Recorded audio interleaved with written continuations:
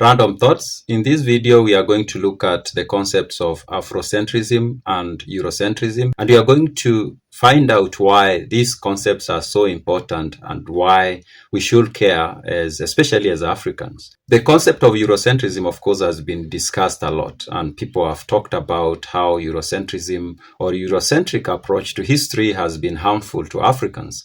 And I do agree that it's a huge problem.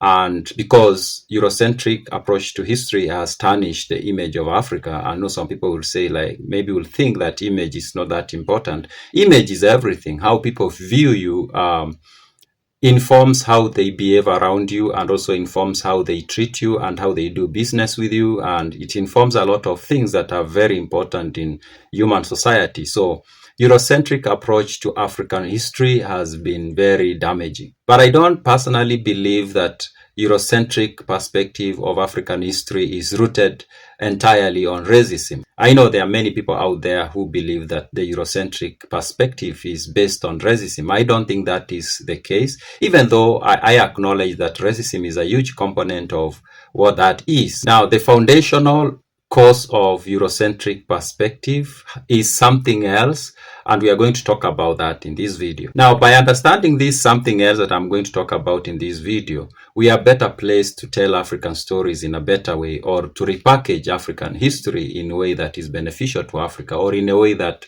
portrays Africa in a more fair context than what has been the case for centuries, we can say. It also enable us to force the mainstream channels and platforms to tell African stories in a better way, and I'm going to explain how that can happen, or how that is already happening. Now, the primary cause of the Eurocentric approach to African history, and of course the repercussions of it, is based on the nature of story. Now, every story that is told has to have an audience that cares if that story is going to, of course, go viral, using modern terminologies or modern understanding. So if a story doesn't have a crowd that is going to care, that story is dead. Nobody cares about it. It's going to be ignored, and it will be like it never existed or it never happened. And in fact, there are so many things that have happened in history, and they were major events, but they are not talked about today, or many people don't even know that those events happened, and that's simply because they don't have a caring audience. Now, when you look at documents that were written about Africa, say from the 19th century, or even from half of the 20th century and then going backwards, there's something you notice. You notice that these documents were written for a specific audience, and they were mostly written for the European audience. And now that is very important, and that can help us understand what was going on and how we arrived at the situation where things are told about Africa that are not necessarily true, or they are told in a way that is not accurate. Some aspect of a story that were not that important might be given prominence, and other aspect of the story that were very important are then ignored or dismissed, simply based on who is the audience. So the nature of a story is there must be an audience that cares. So any document that was created, of course, the person creating it has to ask themselves the question, who is going to care?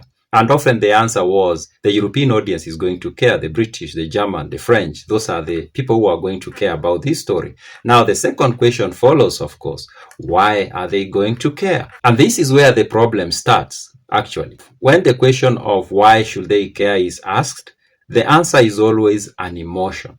That's always how stories are. If a question is asked of why should anybody care, the answer is always an emotion. Now, for stories about Africa, maybe beginning in the 20th century and then going backwards, the people in Europe, the audience, the core audience of these documents, cared for various emotional reasons. And often it was for emotions like pride, sense of superiority, intrigue, shock. Those are some of the emotions that these documents were relying on for them to go mainstream, or to be read by as many people as it were possible.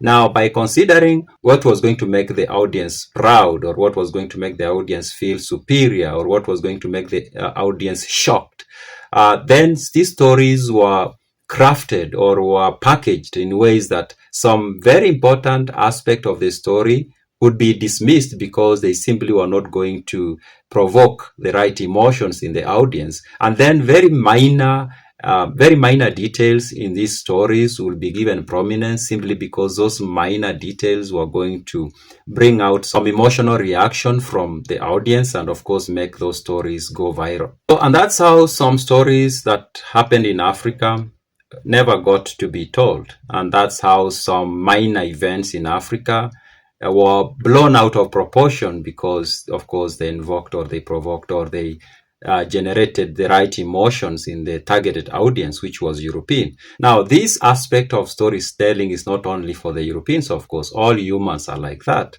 For a story to peak, even in modern day social media, for a story to peak, it has to have some emotional element to it. And that, of course, forces the people who create these stories or the people who write about these stories to design or to package these stories in a particular way. Once you come to learn about this, then it's a very scary reality because it tells you that very important aspects of human existence are not, of course, told enough because nobody cares, or why should they care even? With the advent of social media and internet, of course, that is changing a little bit. Content created for consumption is often published online and often can be consumed by people from everywhere in the world. And that makes it a little bit complicated for the people who create the content, of course, but it also forces them to consider even a wider audience. And I'll give you an example. Not long ago, when Twitter was at its peak, people started challenging Western mainstream media like CNN, and there were these hashtags, somebody tells CNN or someone tells CNN. And these hashtags became very powerful and very effective.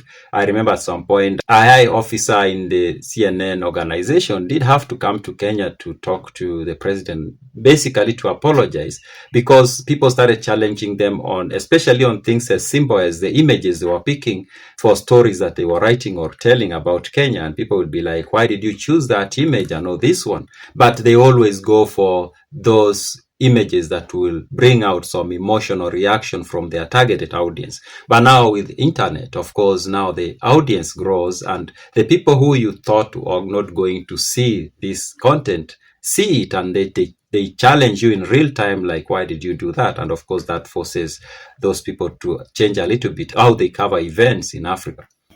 Being Afrocentric doesn't necessarily mean creating content by African for Africans. It also means becoming part of the audience, part of the global audience, and making your presence in the audience heard.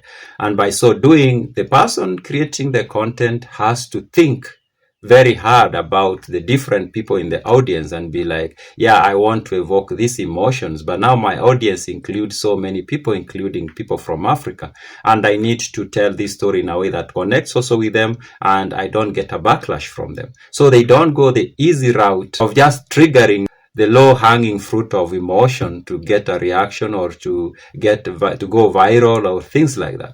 So yeah, so Afrocentric approach means, yes, creating content that tells African stories in a way that is fair, but it also means becoming active audiences in the mainstream channels and platforms. Those are my random thoughts.